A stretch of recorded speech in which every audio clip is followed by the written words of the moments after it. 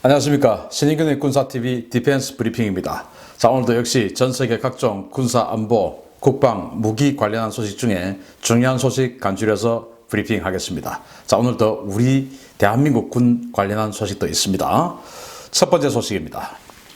미군과 러시아군이 시리아에서 또 충돌했습니다. 이번에는 미군이 러시아군 차량을 도로에서 밀어내서 진흙탕에 빠뜨렸다는 소식입니다. 지난달 30일 시리아 주둔 미 육군이 시리아 동북부에서 러시아군 호송대의 진로를 막아섰으며 이 과정에서 러시아군 장갑차를 도로변의 진흙탕에 빠뜨렸다고 디펜스 블로그가 현지 언론을 인용해서 현지 시각 31일 보도했습니다. 미군은 지난달 30일 시리아 동북부 모처를 순찰을 하다가 관할 구역 밖으로 나온 러시아군의 병력 호송대를 발견하고 이들에 대한 차단에 나섰습니다. 미군 오시코시 MATV 장갑차 2대는 러시아 호송대 앞을 막아서고 타 지역으로의 이동을 차단했습니다. 이에 러시아군의 가즈 2975 소형 전술 차량과 BTR-80 장갑차는 미군 장갑차를 피해서 갓길로 통과하려 했지만 미군이 갓길까지 막아서며 도로변 진흙면으로 밀려났고 결국 소형 전술 차량 2대와 BTR 장갑차 모두 진흙에 갇혔습니다. 러시아군은 카마즈 트럭을 동원해서 이들 차량들을 하나씩 견인해야 했는데요. 미군이 이들을 가로막음으로써 이 지역 일대 유전까지 손에 넣으려던 러시아군은 결국 발길을 돌려야 했습니다. 사건이 발생한 지역은 수백 명의 미군과 시리아 민주군이 장악하고 있는 지역인데요. 이번 사건으로 지난해 연말부터 발생한 3건의 주요 충돌에서 러시아군은 모두 미군에게 밀려서 망신을 당하게 되었습니다. 자, 이렇게 보시면 미군 MATV 장갑차들이 보이죠? 그리고 여기 뭔가 있습니다. 이게 뭐냐면은 이 지역이 이제 시리아 민주군과 이제 미군이 주둔을 하고 있는데 이 지역에 유전이 있는 거예요. 그래서 러시아군이 그 유전을 뺏을 생각을 했겠죠. 그래서 그 지역으로 들어가서 여기 우리 구역이야 라고 하려고 하는 것을 이제 정보를 듣고 미군이 먼저 출동을 한 겁니다. 그래서 도로를 막았어요. 도로를 막았는데 보시다시피 이 도로가가 실개천이에요. 실개천. 우리로 치면 농로쯤 되겠죠. 이 지역이 지금 농사 짓는 곳으로 좀 저는 보이는데 아무튼 우리로 치면 이제 이 농수로 같은 그런 곳이고 그렇게 지금 MATV 장갑차가 막아졌고 보시다시피 기관총은 딱 이제 후방으로 향하고 있죠. 그래서 러시아군이 만약에 사격을 하면 자기네들도 응사를 하겠다라는 그런 이 총구를 러시아군 쪽으로 향하게 하면서 자신들의 의사를 표현을 하고 있고 이제 이렇게 도로를 막아섰습니다. 그러니까 러시아군이 이 지역으로 그래 니들이 막았어? 그럼 우리 못 갈 줄 알아? 알았어. 그리고는 이제 이 지역으로 우회를 해서 오려고 들어갔다가 그냥 빠진 겁니다. 그래서 이 러시아판 험비라고 할 수 있는 가즈 소형 전술 차량하고 그리고 BTR-80 러시아의 8륜형 그 장갑차죠. 이 차륜형 장갑차인데 이 세대가 여기 들어갔고 또 나머지 이제 병력 수송 트럭이 우리가 지금 5톤 트럭 이런 거 있지 않습니까? 그런 것들이 이제 따라오고 있었어요. 그래서 트럭은 놔두고 크고 무겁고 이제 하니까 놔두고 이 가볍고 포힐 드라이브고 또 그 8륜 드라이브고 하다 보니까 이런 장갑차들이 이제 들어갔어요. 그런데 빠졌습니다. 꼼짝달싹 못하게 된 거죠. 그래서 이 영상을 제가 다운을 받을 수 없어가지고 못 받았는데 여기 이제 러시아군들 나와가지고 사진 보면 표정이 완전 정말 이 무슨 개구력이냐 하는 이제 그런 표정 가지고 있고 미군들을 보고 아유 저 자식들 하고 이제 이 보는 그런 상황인데 정말 장갑차들이 여기 들어가가지고 이렇게 빠져서 꼼짝달싹 못하게 됐다는 거 정말 굴욕적이죠. 자, 지난 2019년 12월 24일 크리스마스 이브 때 러시아군하고 미군하고 순찰을 하다가 서로 마주쳐가지고 그때는 이제 싸움을 했죠. 싸움을 했는데 러시아군이 일방적으로 두들겨 맞아서 병원에 실려갔습니다. 실려갔고 그리고 이제 두 번째로 또 1월 달에 또 만났는데 그때 역시 미군이 막아가지고 러시아군이 옆으로 우회하려고 하다가 애꿎은 시리아 민간인을 쳐버렸죠. 그렇게 해서 이제 또 돈자가 되고 했는데 3번의 이런 러시아군과 미군의 조우에서 계속 러시아군이 굴욕적으로 두들겨 맞고 또 굴욕적으로 빠지고 또 시리아 시민들 피해 입히고 이런 상황들 계속 이어져서 역시 러시아는 미국에게 상대가 안 되구나 라는 그런 생각을 해보고 러시아 돈도 별로 없는데 괜히 남의 나라 가가지고 비용 자꾸 쓰지 말고 그냥 뭐 돌아가는 게 어떨까라는 생각을 해봅니다. 아무튼 뭐 미국이 이겨서 기분 좋네요. 두 번째 소식입니다. 자, 이거 우리나라 소식인데요.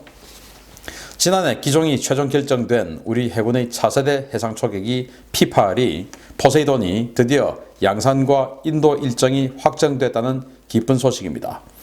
미국 보잉사가 미국과 한국, 뉴질랜드에 납품하기 위한 제11차 로트의 P8A 해상 초계기 납품 수정 계약을 체결했다고 현지 시각 3월 31일 보도했습니다.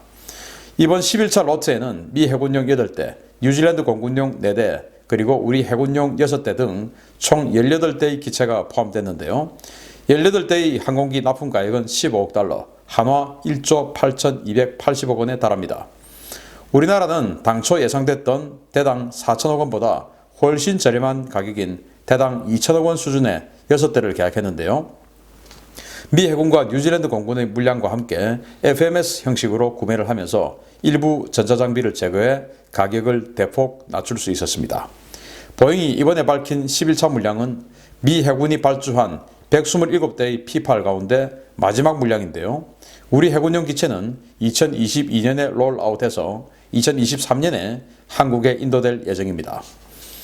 기존의 P3C보다 압도적으로 강력한 성능의 포세이돈이 도입되면 우리 해군의 해양 초계 능력이 종래보다 크게 강화될 것으로 기대됩니다. 자, 이제 우리가 P3C 오라이언 시대에서 이 P8 포세이돈 시대로 이제 가게 되었습니다. 이 포세이돈 같은 경우는 지금 현존 최강의 해상 초계기, 대잠 초계기인데 여기에 사실 뭐 전자전 제모라든지 이런 것들도 다 붙어 있어요. 그런데 아쉬운 것은 지금 이 보도에 따르면 우리나라에 들어오는 게 원래 4천억 원인데 한 2천억 원 정도에 들어온다는 거 아니겠습니까? 그런데 세상에 공짜는 없죠. 우리나라에 뭐 특별히 일부러 싸게 해줬을 리는 없고 2천억 원 상당의 뭔가를 제거했겠죠. 그게 이제 전자전 제모라든지 또 그 적외선 미사일이 날아왔을 때 그 적외선 미사일을 제밍하는 어떤 그런 장치라든지 이런 것들이 삭제가 됐답니다. 그래서 적외선 추적 미사일이 날아오면 뭐 기존에 있는 플레어 뭐 이런 것들로 해결하겠다, 값싸게 뭐 이런 생각을 했을 것 같고, 전자전 제모 같은 경우는 정말 아쉽습니다. 우리나라가 사실은 뭐 가장 부족한 전력이 전자전 능력인데 이런 것들을 빼고 들어온다라고 하는 것이 정말 참 아쉽고, 이 전자전 제모는 정말 현대전의 총알이라고 할 수 있죠. 좀 아쉽습니다. 그리고 지금 이제 우리가 FMS라고 해서 정부 대 정부 구매 방식인데, 이건 이제 미 해군이 구매를 하니까 그 구매를 하는데 우리 걸 얹어서 같이 구매를 하는 거예요. 그러면서 미 해군이 구매하는 가격하고 똑같이, 동맹국이니까 똑같이 구매해서 우리에게 주는 겁니다. 미 해군이 사서 자기네들 살 때 우리 거까지 같이 사서 그래가지고 우리에게 그 돈을 받고 다시 주는 겁니다. 그러면 이제 미 해군이 이번 그 로트 11로 인해서 미 해군이 계약했던 것 다 이제 끝났어요. 그럼 미 해군은 이제 없어요. 그러면 지금부터는 이제 FMS 계약을 할 수 없고, 지금부터는 상업용 구매 계약을 해야 되는데, 이제 이 대규모 생산을 라인이 닫히고 난 상태에서 상업용 계약을 하게 되면 사실은 가격이 좀 더 올라갑니다. 그래서 혹시 우리 해군이 또 우리 군이 이 초계기, 해상 초계기, 대잠 초계기를 조금 더 구매해야 되겠다 라는 생각이 있다면 지금 빨리 계약하는 게 맞지 않을까라는 생각을 합니다. 나중에는 가격이 더 오를 가능성이 아주 높기 때문에 그렇습니다. 아무튼 저는 이 P8 포세이돈에 미군처럼 또는 이제 뭐 호주나 이런 다른 미국의 동맹국들처럼 그냥 쓰지 말고 LRASM, 대함미사일, 스텔스, 장거리, 그리고 AI, 인공지능, 이 LRASM, 지금 현존 최강의 대함미사일을 장착을 했으면 좋겠다라는 생각을 하거든요. 그러면 정말 이 포세이돈이 하늘을 날아다니고 있으면 주변국 그 누구도 우리 주변국 군함 그 누구도 우리를 건드리기 힘들게 되겠죠. 왜? LRASM이 있으니까, 막을 수 없으니까. 그래서 이것 좀 같이 좀 도입을 하자라는 그런 생각이 드는데 정경두 장관이 거기까지 생각이 미칠지는 모르겠습니다. 마지막 소식입니다. 미국이 극동지역의 F-35 전투기 전력을 2배 이상으로 증강했다는 소식입니다. 이상한 것은 수직 이착륙 버전인 F-35B가 2배로 늘어났다는 것입니다. 미 해병대가 일본 이와쿠니 항공기지에 제211 해병 전투 공격 비행대를 추가 배치한 것이 확인됐습니다. 이와쿠니 항공기지를 모니터링하는 현지 소식통과 일본 상공의 주요 군용기 항적에 대한 검토 결과 지난 3월 11일부로 이와쿠니 기지에 제211 해병 전투 공격 비행대가 추가 배치된 것이 확인됐습니다.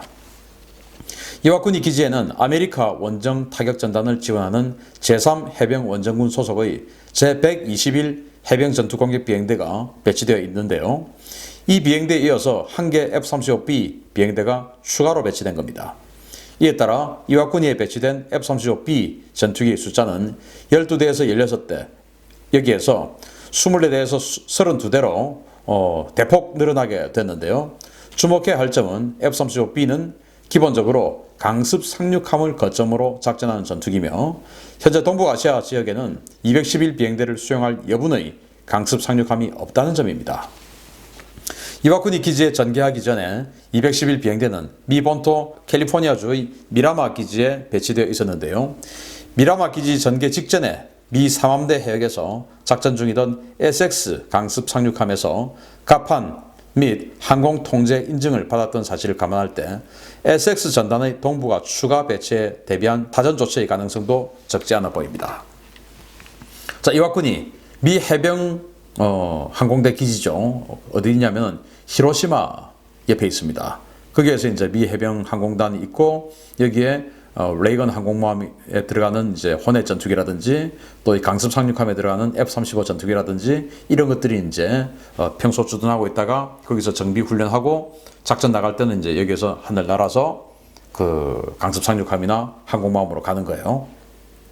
그런데 지금 현재 아메리카 강습 상륙함이 이 7함대에 배치가 되어 있고 이 아메리카 강습 상륙함에 121 항공단이 현재 배치가 되어 있는데 추가로 211 항공단이 또 온 겁니다. F-35B 항공단이. 항공단 한 개는 16대가 편제거든요. 그래서 지금 이제 기체 번호만 봤을 때는 제가 12대까지 확인을 했는데 16대가 다 왔는지 모르겠으나 어쨌든 완편이 됐다라고 하면은 16대입니다. 그래서 12대에서 16대 정도가 기존에 있었고 또 추가로 12대에서 16대가 더 왔으니까 적으면 24대, 많으면 32대의 F-35가 일본에 온 것이죠. 이제 동부에 온 겁니다. 문제는 이 F-35는 강습 상륙함에 배치하는 겁니다. 왜냐? B타입이기, 수직이 착륙하는 B타입이기 때문에 그런데 아메리카 강습 상륙함에는 현재 121 항공단 외에 추가로 더 수용할 수가 없어요. 그러면 얘들이 왜 왔을까? SX 강습 상륙함이 지금 이제 동태평양 캘리포니아 앞에 준비를 다 마쳤는데 이 SX가 지금 추가로 오는 것이 아닐까라고 생각을 하거든요. 그럼 SX는 또 왜 올까? 아마 시어도어 루즈벨트 때문에 오는 것 같습니다. 시어도어 루즈벨트가 베트남을 다녀온 직후에 뭐 베트남에서 그런지 모르겠지만 어쨌든 이 전염병 감염자가 발생을 했고 그것이 지금 대폭 확산이 돼가지고 이 시어도어 루즈벨트 항공모함 내만 100명 이상의 확진자가 나왔답니다. 그래서 지금 괌으로 이동을 했는데 이 루즈벨트 함장은 제발 우리를 여기서 좀 꺼내달라 이렇게 지금 호소를 하고 있고 이 상황을 보면 거의 이 전염병 초창기에 일본에 정박했던 크루즈선하고 지금 똑같은 상황이 아니냐. 그런데 어쩌면 크루즈선보다 더 열악한 상황이죠. 크루즈선은 훨씬 더 선실이 많고 그렇게 해서 가족별로 따로따로 이렇게 룸이 있는데 여기는 대규모로 같이 생활을 하니까 감염이 만약에 확산이 된다면 훨씬 더 빠르게 확산이 되겠죠. 그래서 루즈벨트 항공모함이 지금 작전을 못합니다. 그리고 로널드 레이건 항공모함이 현재 그 핵폐기물 재처리 이 수리를 마치고 아직 복귀를 안 했습니다. 그래서 지금 이 지역에 제대로 된 항공모함이 없어요. 항공력을 가진 건 아메리카밖에 없으니까. 그래서 SX를 여기에 보내서 아메리카와 함께 항모 역할을 좀 하라고 루즈벨트가 지금 빠졌으니까 그렇게 해서 지금 SX를 보내기 위해서 사전에 F-35를 미리 보내놓은 것은 아닐까라고 생각을 하고요. 아무튼 시어도어 루즈벨트 항공모함의 승조원들 빨리 이 전염병에서 벗어나기를 바랍니다. 그리고 그런 와중에 이 동부아시아의 전략 공백을 메우기 위해서 이렇게 노력하는 미군에게 참 대단하다라는 생각도 같이 해봅니다. 마치겠습니다. 감사합니다.